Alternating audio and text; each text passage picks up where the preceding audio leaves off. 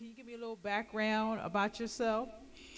Of course, Katrina. First, thank you for inviting me to do this. My name is Grace Whitmire. I am 70 years old. I am relatively active, and I think you bull. I think you bull crapping. You're more than relatively active because I know when I was your coordinator, you were out almost every day. So let's be honest. well, I'm active. Sometimes I think I'm too active because I don't pay enough attention to myself. I focus on helping others, and really, I should put me first so I can better help the other people that I'm trying to serve.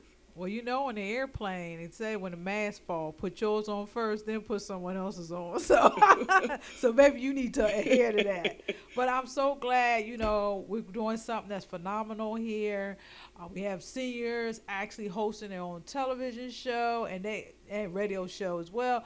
And the thing is that you guys can bring your own topics. I love the snazzy name, Seniors Uncensored, because relatively I think your voices are muffled in society today, and I think by being relative and being allowing people to know that your life matters just like everybody else's life hmm matters, and your concerns are they're relevant. So, what type of topics do you think that you will be talking about with your co-hosts? Well, one thing I want to get into is of course aging in place. I would also like to talk about something that concerns me very much, and that is being able to take care of myself in declining health. Like most of us, we don't want to depend on anybody to take care of us, especially our children. So I would like for us seniors to have something in place in case something happened, that we won't just be stuck there wondering what to do.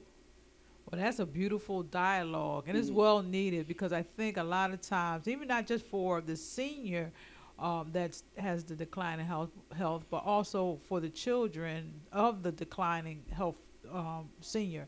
I think that a lot of time people don't have emergency plan, you know, hmm because really I've seen some seniors from within the field because I've been in this field almost 30 plus years, close to 40. I've seen seniors sometime one day be well and next day really take on a slippery slope in the decline of their health and actually develop chronic diseases that, you know, that just kind of incapacitate them. So children don't know what to do. That's true. So I think those that type of discussion is well needed. I'm also hoping that you can have some young folks on there on the show to tell them to butt out of senior business to a certain degree because I always hear about y'all don't think y'all children respect y'all privacy. That's true. So that'll be a good top. That could be a good intergenerational program. And then one thing, I agree with you. So we need to tell our children, as I often tell mine, stay out of grown folks' business.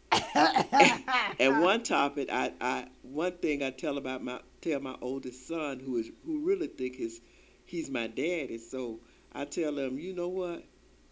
I did the pushing, Ooh, not the other way around. hush your mouth. So that get him off of me for a little while, not for long. It come back, And huh? let me tell you a story about what happened tonight.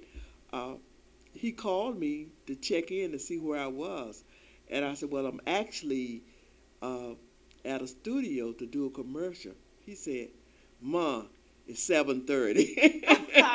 The lights are on. You, That's you supposed to right. be in the house. That's right. Because for me to be out at dark for him, no, I don't do that. I'm in the Okay. house when the street lights come on. I know that's right. Yeah, Yeah, you seniors are pretty consistent about staying out the way after 3 p.m., that's especially right. with the school kids getting off the bus. Uh, So, I'm so glad that you are game to do this. You know, definitely, I'm going to support you in whatever efforts that you bring to my attention. mhm. And I'm hoping that we get a lot of viewers and a lot of listeners. You know, because this is what's needed. I know when I look at television now or listen to radio shows, I don't hear your voices. I don't see your faces as often, except for on that one daggone soap opera, One Life to Live. Will Victor ever die? No, Will his hair go black? I mean, go gray? Because I swear, Victor will always be here. when they finally killed Miss Chandler, she Yeah. died and probably died on the set. But I just think we need to have more opportunities for seniors to actually voice their opinion and feel comfortable in dialogue with one another, and as well as me, because I'm going to be the new 50 coming up soon. So this intergenerational conversation is good for all parties. And Katrina, I think this is a good show because, as you know, that we have a lot of people, a lot of seniors who won't leave their house if Young and the Restless come on, or General Hospital, or what. They say, I have to look at my story. But I think that if we get them involved in this and they see actually how it goes, the recording and everything like that, I think they'll be more interested. I'm in this. I'm not just watching Victor or whoever. Right, I right, know how right. things go. It's not like, like all party and all this, because there is some work to be put into it. Oh, absolutely. Uh-huh. Oh, absolutely. I think that it's a definitely a great opportunity to learn some skill sets. That's And right. you're never too old to learn have some new training about some kind of performing arts or whatever you're into.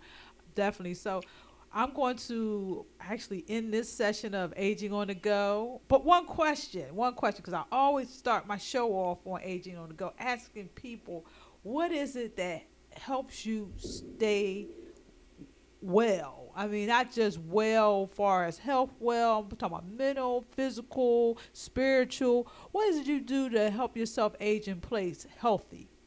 Well, actually, one thing I do for the mental part, I see a therapist. Girl, I do too. And we got to let our black people know, men and women, that there's nothing wrong with seeing a therapist. Another thing I do is I always make sure I get my yearly checkups, Okay, okay. mammogram, blood work, EKG, and everything like that. And one thing that I'm not too successful with, but I'm working on it, is diet. Oh, I have a yeah. problem with diet, and I discovered that as we age, sometimes we lose our appetite. Yeah, that's true. Yeah, I can see Yeah, that. so You that eat less, you you sleep eat less, you less, eat less. and somehow we get a taste for sweets, and Yeah. starches and carbohydrates. So that's one thing. That's another thing we should work on as Okay. seniors, is our Okay. diets. Okay then. Hmm. Well, I'm gonna stay. I'm actually gonna save some for next time we meet. And actually, when we meet, we'll be meeting on your show, Seniors Uncensored. And until then, stay tuned. Good night.